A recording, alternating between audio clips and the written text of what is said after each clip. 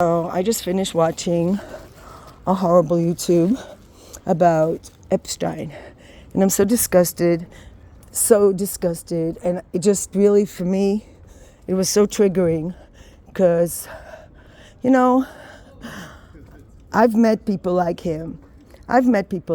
Predators, and yeah, there's a special, very, very special, unique blend of Jewish men that are predators.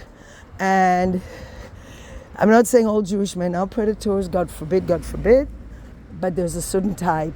And Epstein is like the most evil person. And, you know, he has so many evil friends. And I think, like, it's not just about being Jewish, it's about why is the British royal family still there after what? The connection to Andrew. I mean, Andrew wasn't living on his own, was he? The Queen must have known about it. Charles must have known about it. And yet they're still there. They're still hanging around, getting all this money, even though they did all those horrific things to young women. So Epstein apparently doesn't even have an academic degree. Contrary to me with my master's, he succeeded thanks to becoming a teacher. Not only didn't he have a teaching certificate, he didn't even have a degree. He didn't even finish his fucking degree. And then he got a teaching position in the most prestigious school in New York City where the very wealthy send their kids. He got connected, and that's how he got connected to all sorts of financial places and blah, blah, blah. And so on. And I think watching just a little bit of this documentary made me physically ill and very triggering with all the predators I've come to know. And yes, quite a few were Jewish, quite a few. And I'm trying to think why? Why?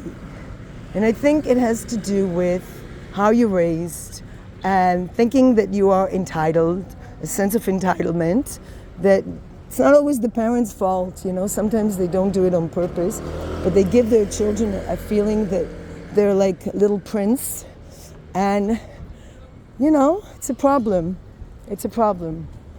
Every psychopath has somebody who enabled him as a child, like a parent that made him feel like he can do nothing wrong.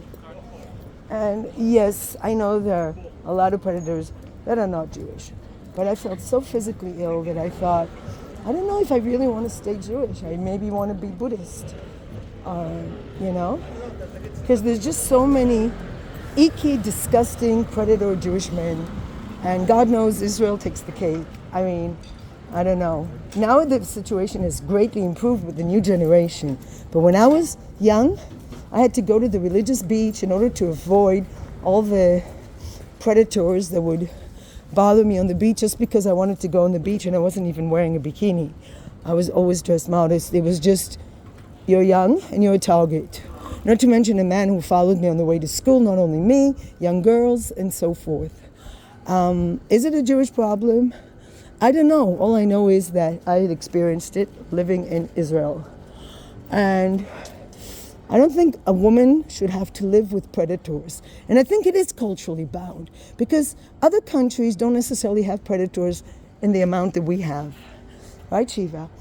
And it took me years to finally figure out that we've been brainwashed, especially in Israel, that, oh, we need to be in some sort of a partnership with a man and that would be so great. But when you actually meet these men, it doesn't matter if they're religious or secular, they're pretty predator material. And if you invite a